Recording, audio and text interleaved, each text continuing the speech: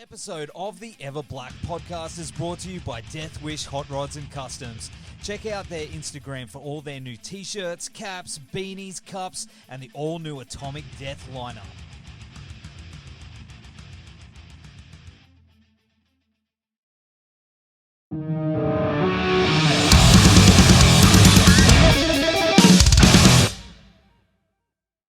Hello there. Hey, Joakim, how are you, man? I'm good. And you? Hey, good, brother. It's good to talk to you again. Hey. I love your t-shirt. Hey. Is that what you're a Motu guy? And? Hey, look at this. Did we just become best friends? Oh, yes, I think we did. This whole room, yeah, it's all like, we've got like He-Man, Snake Mountain right here. Oh, is this your home studio? Not my home studio, but my sort of production studio where I go to get away from home. Ah, cool. Cool. Are you a collector of the figures as well? No, I haven't. I collect too much stuff anyway. I mean, I pile up on instruments and synthesizers and whatever, so I don't have any more room. That's much like me right now.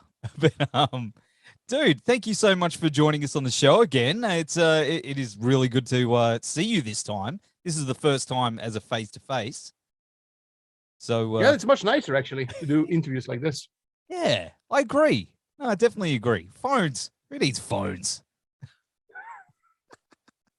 Well, of course, the new Sabaton album, Water and All Wars, is out on March 4, and it's just phenomenal, man. Like, it's probably my favorite so far. Like, thank you. really, really, really love the absolute fuck out of this album. And it's a sequel to The Great War. Was that something that you guys had planned all along?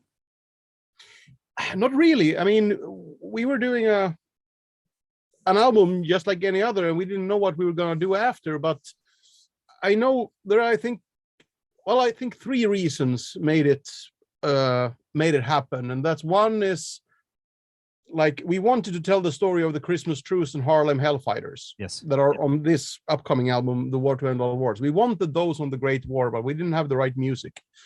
And then when we announced the Great War, back in 2019, and even from that day until release and touring, so many people gave us books, friends or fans, and sent us emails. Have you heard about this? And we had quite a few what the fuck moments. How did we not know about this? So and which was we had researched World War I quite extensively, but there was still so much we missed, we felt like. And that in combination with us being sent home from the Great Tour in Russia in 2020, obviously stopping the tour. I mean, normally we would have been touring until late last year, I guess, on that album. But now we felt like, well, what are we going to do? If we do something totally different now, the songs from the Great War are going to feel irrelevant in a set, which isn't going to be a problem if we would have toured everywhere. But now let's say we haven't been to Australia, Japan, South America. And so we thought, well, we had those stories we wanted to do. We have found a bunch of new stories, and yeah, we have time on our hands. Well, I guess I think the thing I love about this one so much is I found it really emotionally moving at times. There's definitely a sadness and a weight to it, like Soldier of Heaven. Like, it's such a tragic story, man. Like, and it's really sad. Yeah, unfortunately, we do come across a few sad stories. Yeah. History. But I mean,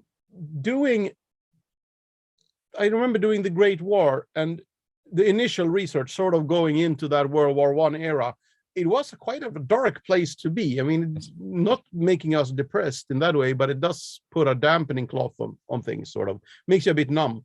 But it was easier this time because we'd already quite recently been there, and we could sort of take our time to also discover the less obvious things and dig deeper, I guess.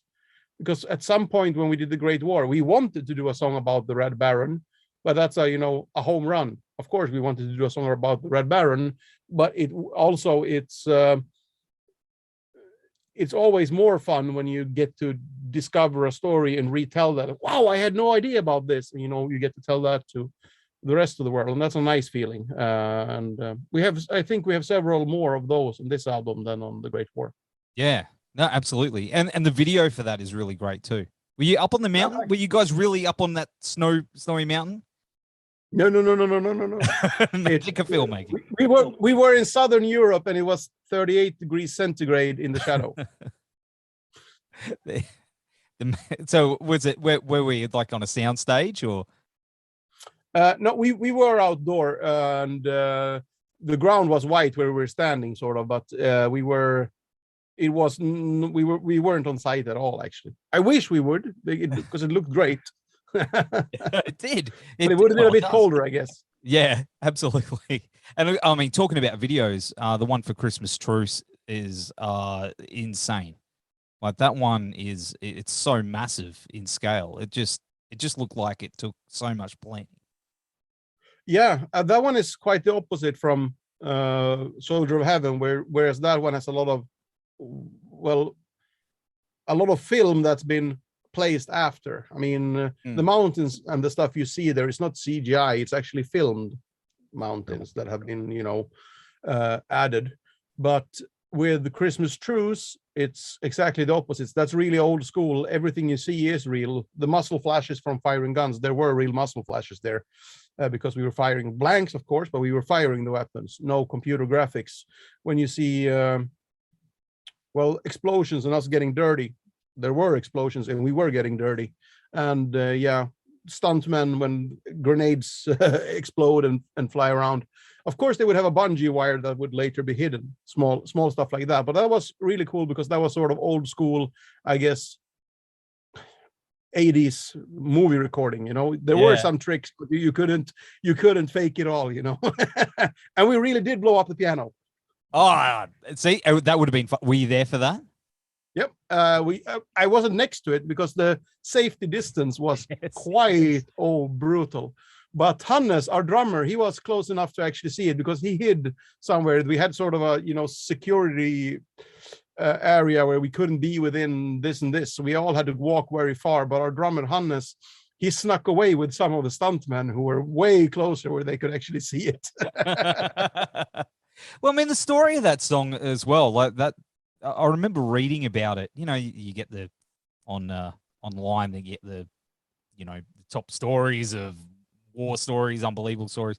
That one actually really blew me away, being that it's it's amazing to think that something like that would happen through a brutal war, that people would actually the boys had actually stopped to celebrate Christmas with each other.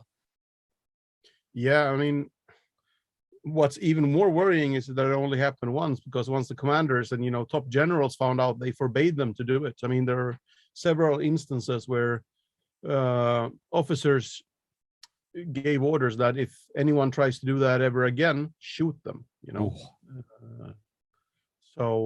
It's fucked up, but it's, I think, a situation what people sort of forget today is that we all have a healthy what do you call it, hatred or for war. We've seen through movies, through YouTube, whatever it is, the realities of armed conflict.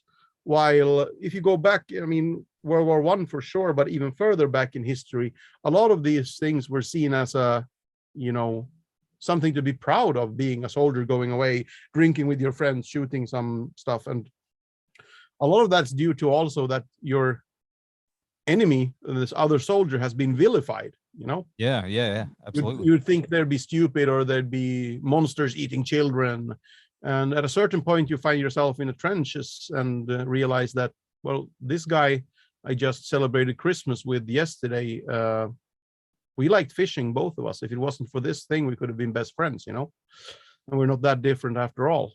So there is a good reason why the commanders didn't want that anymore, because they could have had some serious, dissertations and mutiny on their hands almost. Yeah. I mean, there's other great stories on here as well that I love, is Lady of the Dark. That one, it's so good. I love hearing stories about brave women in battle, and just kicking ass. Like you've covered that sort of stuff before, but is it a theme that you really enjoy writing about? Yeah, I mean, no matter if it's Night Witches in this case, in the another case, or Milunka Savic here in Lady of the Dark, it's, well, the fact that they're women doesn't grant them the right to be on the album. It has to be their actions, and the story has to be good enough. Yes. But to be honest, the fact that it's a really badass woman or women makes it cooler somehow to tell that story, because it's more unique. It's less common. Yeah. So that's something we try to find, a story which is intriguing, exciting, and something people might not have heard about. So absolutely, anything that's makes us go wow, we feel like, well, it could happen to other people. They also go wow when they hear about this. So that's sort of the basis of if we tell a story or not. If there are hugely important stories we've never told, and maybe it's because we didn't go wow, because we already knew about them, we already researched them, they didn't get us excited to tell that story again. So I find I learn a lot from Sabaton. I love the history versions, like they're my favorite ones. And I got a bunch of mates that love those ones too, because I mean, I learn something every album. And do you find that, in saying that, they're not really teaching that like they used to in schools, and you get fans that are saying that, they're learning about history, the war history, through the band more than they're learning from school? Sometimes, yes, but I think it wasn't our intention at all to sort of teach history. It is a side effect, a really nice side effect. But I find it so weird. It is, I guess, the failure of most educational systems on this planet if you make history boring. Because I agree, history can be boring when it's super, super zoomed out. And you think, okay, World War I, what happened?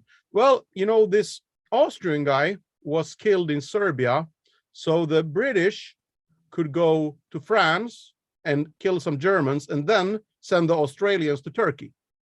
It sounds fucked up.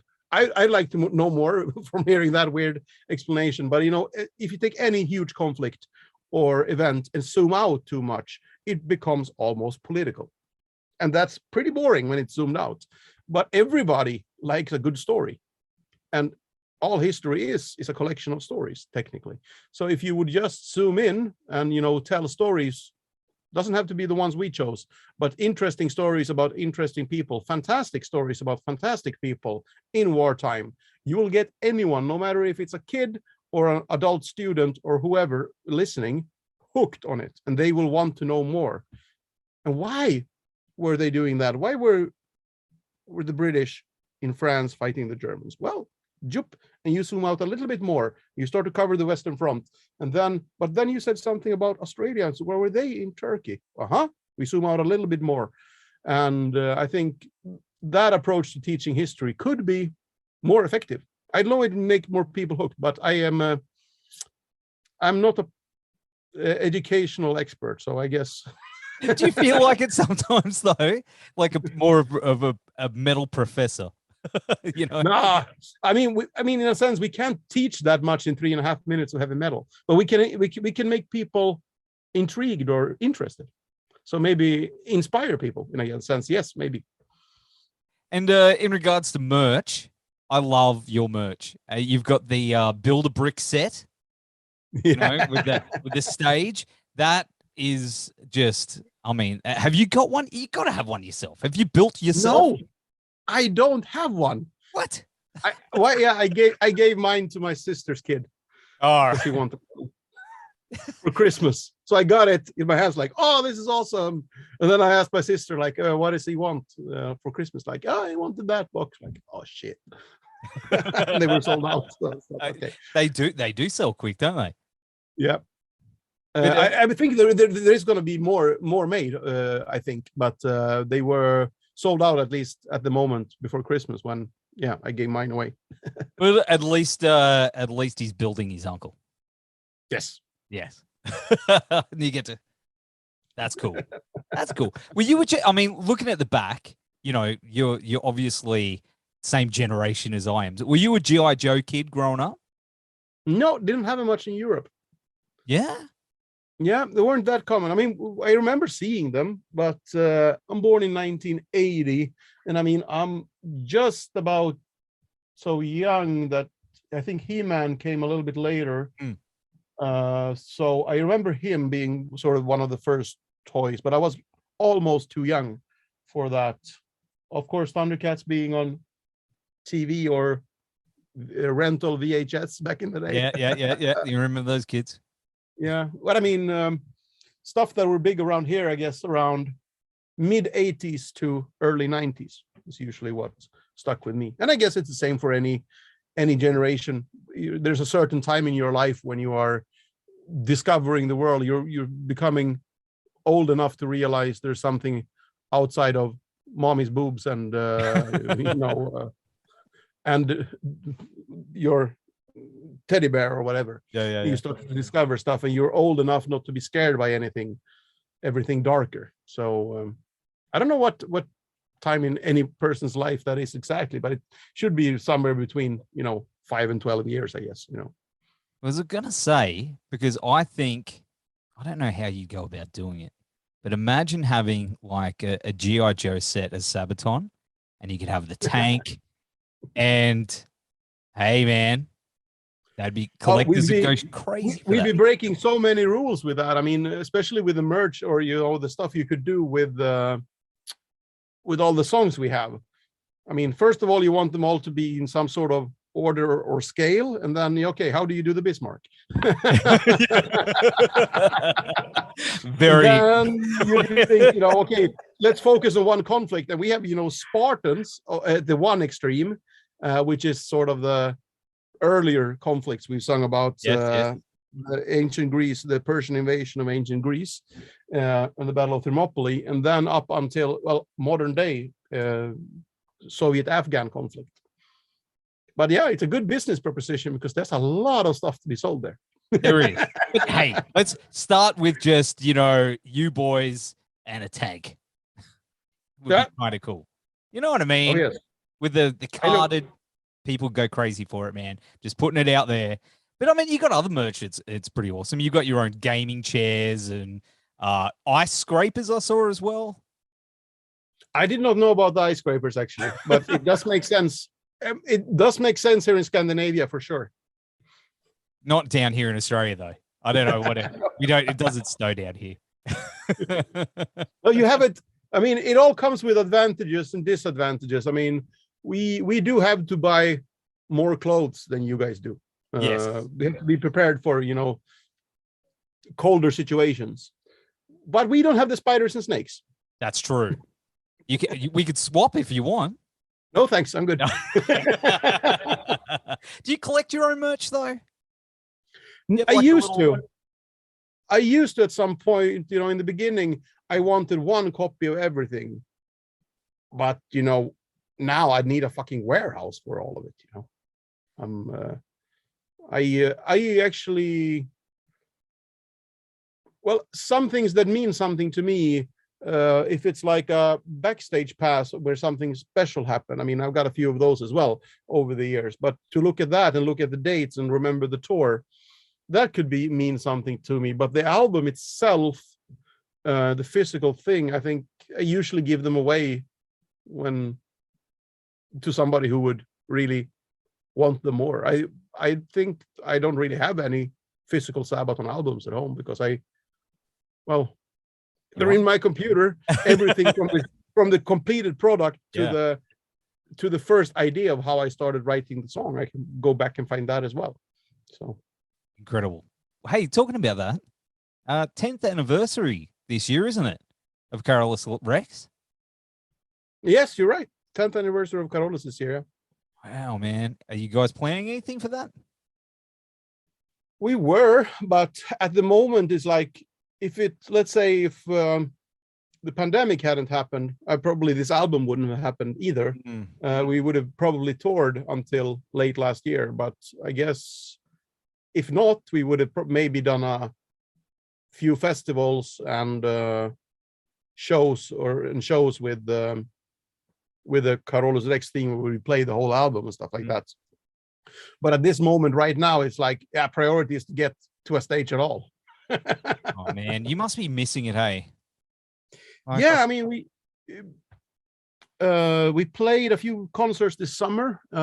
We did 2 festivals in Europe, and then we went to America with Judas Priest, and we started that tour and did about 11 shows. But then, yeah, Richie had this troubles with his heart and had to go to surgery, so that was canceled as well. So he managed 11 or 12 concerts there in the US as well, and that was really good to be back on the road and really touring, because doing a festival is one thing, but to be back in a tour bus, you know, rolling, that was really good. But that's how it goes.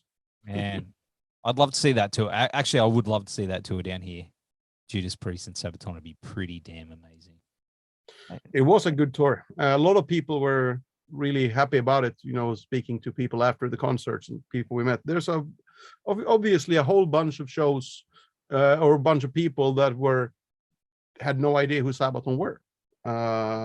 So they discovered us, sort of, and we have a bunch of fans who might have heard about Judas Priest, but they're younger, so they don't have really that connection to those classics, and they would discover like, oh, okay, I only heard 1 or 2 songs or heard about these guys, they were really cool.